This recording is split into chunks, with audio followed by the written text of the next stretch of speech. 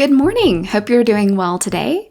So you might have heard me talk about this before, but what my coaching does essentially is identifies or helps you identify the thoughts and beliefs that you have around alcohol that keep you wanting to drink, and then reframing those in a way that alcohol no longer has any appeal for you. So one of those beliefs that I know hung me up quite a bit early on in my journey was that I really believed that I liked the taste of alcohol, right? So I enjoyed a glass of red wine. I loved a margarita with, chips and queso. Like I really enjoyed the taste of alcohol. And so removing that kind of felt like I was depriving myself.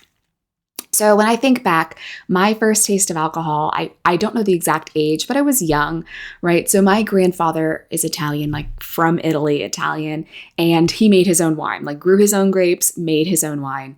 And it was truly terrible, but it kind of gave the impression that that you're an adult, right? So what we would do is, what would happen is that they would give us, just like a drop in a glass and then fill the rest up with Sprite. So it was like this light pink colored flavored drink. And it was even just that little drop was terrible.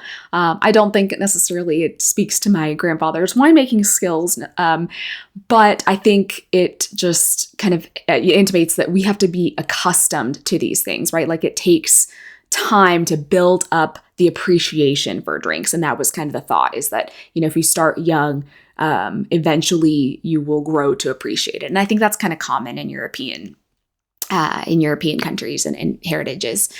But maybe your first drink was a little bit better. Maybe yours was a pina colada on the beach, or a peach Bellini, or something a little fancier. And so you may have actually enjoyed the flavor at that point. You may have actually appreciated, the sweetness of the drink, or it may have actually tasted good to you. But I would actually question that specifically. So in a pina colada, yes, there is, rum, but there's also like cream of coconut and pineapple juice and lime juice. So is it really the Malibu that you appreciate in this, or is it all of the other sugars in there, right? A lot of the drinks that we have are filled with a lot of sugar because they're trying to mask that flavor of alcohol, because pure alcohol is disgusting. So I don't know if you have ever tried Everclear, but it is awful. It is one of the strongest spirits that you can buy. It's like 95% alcohol, I think, and it is truly terrible. Like I don't know a single individual in the world that drinks Everclear because they enjoy the taste. There's a reason they might drink Everclear, but it is not because it tastes good. And that's because our bodies are primed to not like things that are bad for us, right? So if you've ever tasted spoiled milk, it's disgusting. You're going to spit it out because it's bad for you. Your body recognizes this is a poison. I don't want this. And that is where the taste receptors are going there and making it unappealing to you. So hopefully that you won't continue drinking it, right? And alcohol is a poison. If you drink enough of it, you're going to throw up and eventually you're going to die, right? Like it is bad for your body. So the taste there is supposed to be a signal to us that it's not good. And that is why, I'm curious if it was for that pina colada, if it was the actual Malibu or whatever rum that you were using, or if it was perhaps some of those other flavors, right? So other drinks, I had growing up, like we would have Smirnoff ices. I can't, like, just things that they're trying to make appealing by covering it in sugar, but they're just really gross, right? Like, Smirnoff ices are at one point used as kind of punishments among the guys that I knew, right? Like you would get iced because they're gross. That's the impression there. But, those are drinks that are a little bit stronger, right? So those are heavy spirits. But maybe you're like, I don't really like spirits. I am a wine person, or I'm a beer person. Now, even wine, it's about 12 to 14% alcohol, somewhere in there. So a very small percentage of it is the actual alcohol. And the rest of it is like water and grapes and yeast and sugar. And then sometimes they put, chemicals in there, like sulfites and calcium carbonate and whatever, to kind of extend the life of it. And there could also be some aromatics, right? So part of the taste also comes from like the wine chips the wood chips that they put in there, or, the barrels that they use, or other flavorings that may give it like an herbaceous note or something. So those are the aromatics there, but that's not the actual alcohol itself. Those are other additives that they put in to give a wine a particular taste. And beer, that's even less alcohol, right? We're talking maybe 4%, 3.2 if you live in Oklahoma, possibly up to, 7 or so. if it's a stronger drink, but really a very small percentage of beer is actually alcohol. The rest is, water and hops and grains and yeast that make up the percentage of beer, but the actual alcohol content is very small. So I don't know that it's the alcohol part of the beer and the wine that the flavor is really appealing to you. And going back to wine, so I thought I really liked wine, right? Like that was something that I really believed. And yet there were times that I had really bad wine and I drank it anyway. So I don't know that I can argue in those cases that it was the flavor of the wine that kept me sipping, right? There was something else going on there. But let's talk about wine. Let's talk about what it is that we find appealing about it. So there's been a couple of studies about the taste of wine. One was they gave people 2 glasses of wine. One was red and one was white. And they had them sip them and then describe them, right? So the thing was, those tasters didn't know that it was the exact same glass of wine in each case. All they did was add some flavorless dye to the red glass to make it appear red. But the descriptions that they used were as if they were drinking a red wine versus a white wine, right? So even if that dye had a little bit of flavor to it, which it wasn't supposed to, it didn't necessarily make that white jammy or fruity or oaky or any of these words that may have been used to describe red wine. So there was some part of the perception of the color of the wine that was actually affecting the taste, or at least the way they interpreted the taste. So that was done, I believe, with college students, so not necessarily experts. So maybe you're thinking, okay, but when you gain your expertise in wine, the sommeliers or whatever, they can truly appreciate the different notes.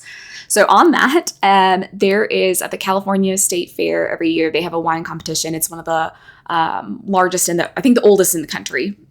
And what they do is they invite, sommeliers and wine buyers and critics, and they all come and do a taste test to judge, and they give them a score between 50 and 100. And so what happens is the judge sits down, they're given like a flight of wine to try. And again, they taste it and then give it a score there. And so at one point, someone came in and said, like, I want to do a study here just to see what's going on.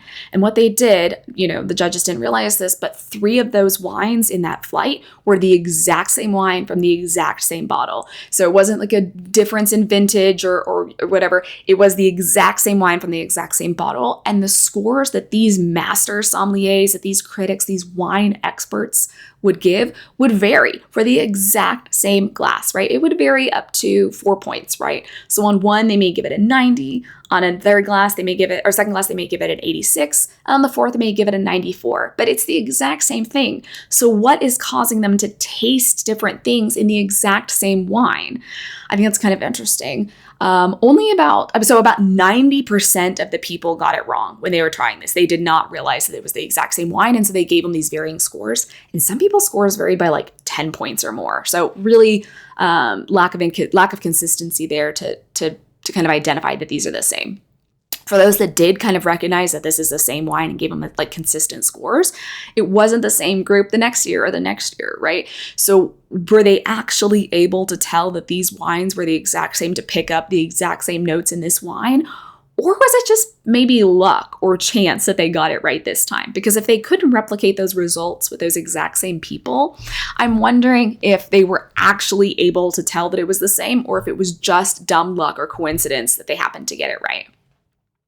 Another test was they had some master sommeliers, and they poured the exact same wine, but they put it in 2 different bottles. So one bottle looked like a table wine bottle, something cheap that you'd find on the bottom shelf at your grocery store. And the other was like this Grand Cru bottle that just looked fancy. And so they gave these people this wine, one week, one the other.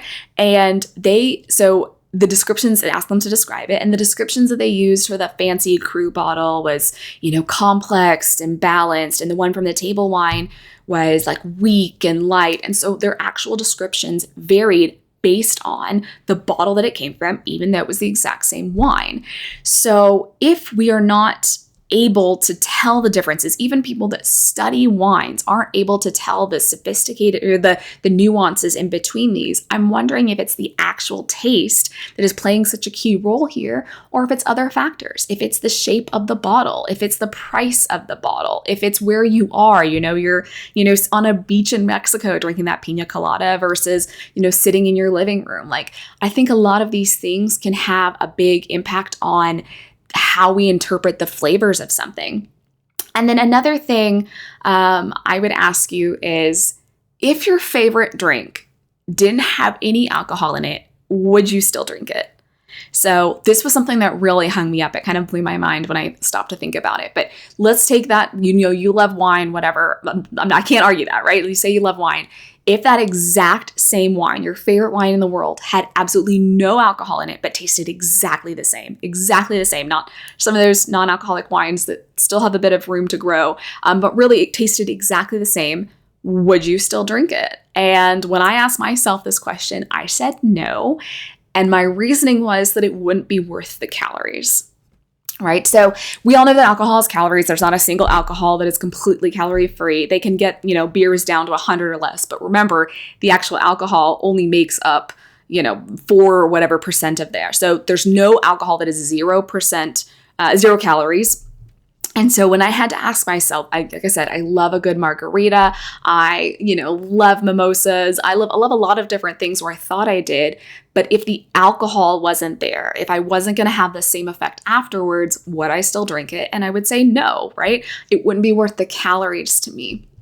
And that's my reasoning for someone who's kind of struggled with weight. So that's something that I would question.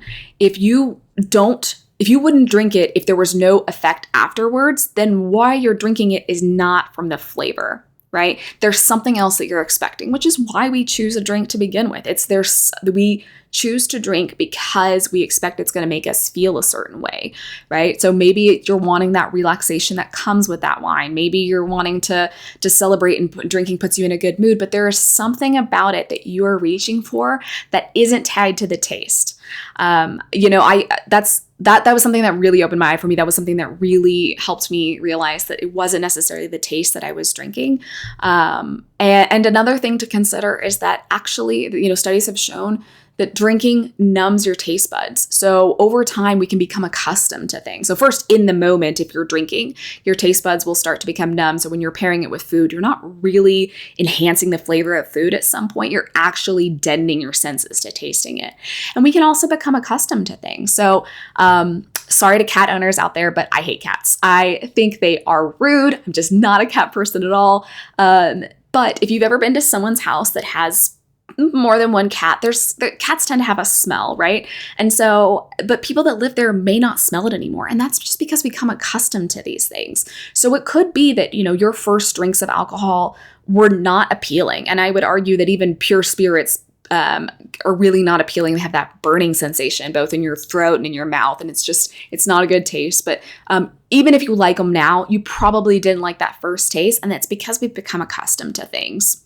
But if we become accustomed to the flavor of things, we can also not become accustomed to them, right? So if we take a break, if we're, in a house that has a smell and we don't notice it, but then we leave it for a while and come back, that's when we're going to notice it, right? So it can be the same thing with alcohol. You might think you like it now, but I would challenge you to take a break and take an extended break. Like if you don't have it for a day, but then you have it the next day, it's probably not going to make a big difference. But if you go a month or 2 months or whatever, and then try it again, I'm curious if you actually would like it as much as you think you do. So that was something that really helped me. Hope it helps you. Have a great one.